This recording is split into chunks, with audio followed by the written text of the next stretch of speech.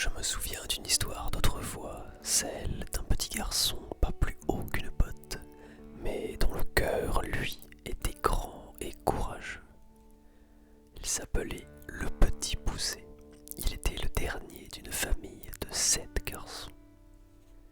Ses parents étaient de pauvres bûcherons vivant dans une petite chaumière au bord d'une grande forêt. Les temps étaient durs, très durs.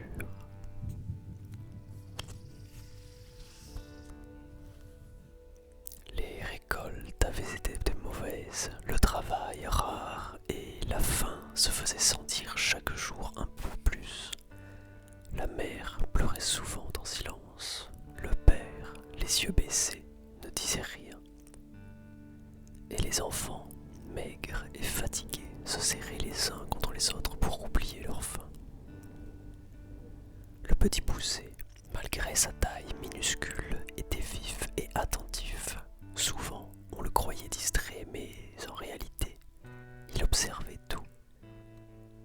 Le moindre souffle du vent, le moindre regard échangé. C'est ainsi qu'un soir, alors que ses parents parlaient à voix basse, près du feu mourant, il entendit leurs mots. Il disait qu'il n'avait plus rien à leur donner à manger et qu'il devrait les conduire demain dans la forêt pour les y abandonner. Leur cœur en était brisé, mais la misère les poussait. Le Petit Poucet, sans rien dire, se leva avant l'aube. Il sortit doucement de la maison pendant que tout le monde dormait encore et alla ramasser de petits cailloux blancs, ronds et lisses. Il les glissa dans ses poches, puis il rejoignit ses frères qui se mirent en route avec leurs parents, croyant à une simple promenade.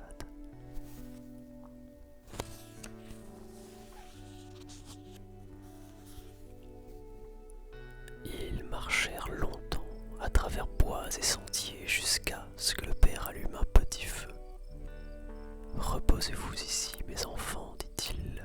Nous reviendrons vous chercher bientôt. » Mais ils ne revinrent pas. Quand la nuit tomba, la peur saisit les garçons. Le Petit Poucet, calme, leur dit de les suivre. Et grâce aux cailloux blancs qu'il avait semés sur le chemin, ils retrouvèrent la route car les pierres brillaient doucement sous la lueur de la lune. Au petit matin, ils arrivèrent à la maison. Le père et la mère furent surpris et pleurèrent de joie, mais quelques jours plus tard, la pauvreté revint, plus lourde encore. Et cette fois, la mère verrouilla la porte de peur que le Petit Poucet ne sorte ramasser d'autres pierres. Le Petit Poucet ne perdit pas courage, il glissa dans sa poche des morceaux de pain qu'il laissa tomber derrière lui en marchant, espérant ainsi retrouver son chemin. Mais le soir venu, lorsqu'il voulut rentrer, les morceaux avaient tous disparu, les oiseaux les avaient picorés.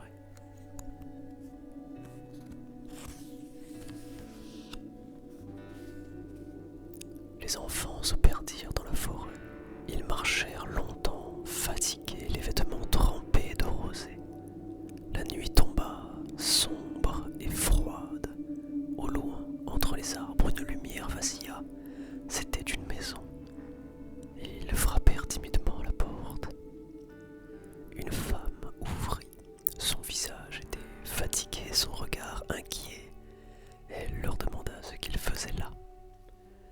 Le Petit Poucet expliqua qu'ils étaient perdus et affamés. Alors elle soupira et dit : « Vous êtes bien malheureux, mes pauvres enfants, mais vous êtes aussi bien mal tombés. Mon mari est un ogre et s'il vous trouve ici, il vous mangera cette nuit. » Les enfants pleurèrent, mais la femme, émue de compassion, décida de les cacher. Elle les fit entrer doucement et les cacha sous le lit. Mais à peine les avait-elle dissimulés que l'ogre rentra. C'était un homme énorme, à la voix grave, aux yeux rouges comme des braises. « Je sens la chair raisonner, mais il finit par les découvrir.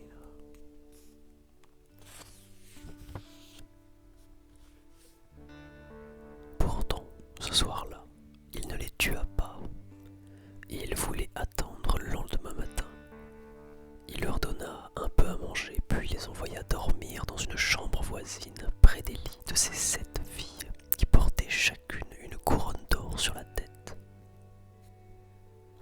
Le petit poucet, qui ne dormait jamais profondément, eut une idée. Il se leva dans la nuit, prit doucement les couronnes d'or et les plaça sur la tête de 2 de ses frères. Puis il prit les bonnets de nuit des garçons et les mit sur les têtes des filles de l'ogre.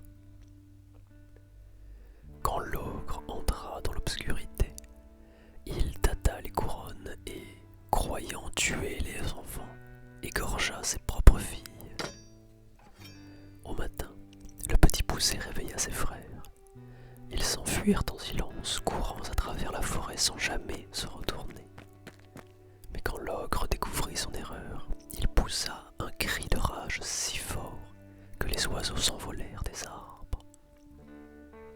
Il chaussa aussitôt ses bottes de 7 lieues, de grandes bottes magiques qui lui permettaient de franchir des montagnes en quelques pas, et se lança à leur poursuite.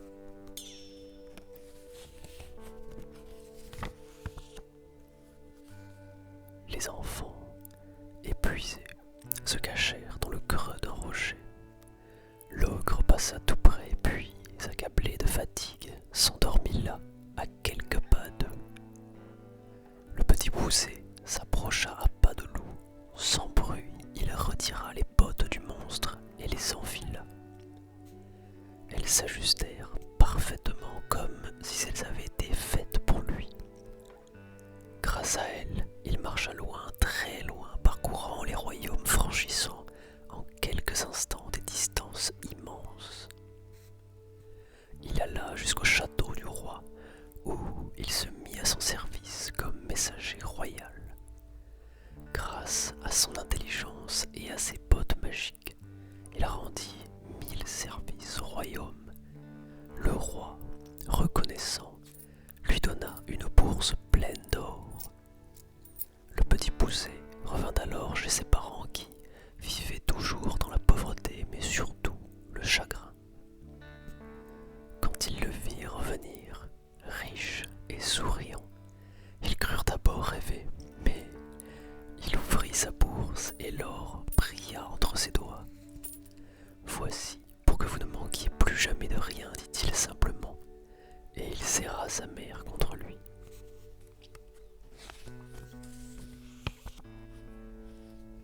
Ainsi, le plus petit des enfants devint le soutien de toute la famille. Sa ruse, son courage et sa bonté lui valurent le respect de tous. Et depuis ce jour, on se souvient de lui, du petit garçon perdu dans la forêt, celui qui, malgré la peur et la faim, ne perdit jamais son intelligence ni son cœur. Et dans chaque conte, chaque murmure de forêt, on dit encore qu'il existe quelque part le chemin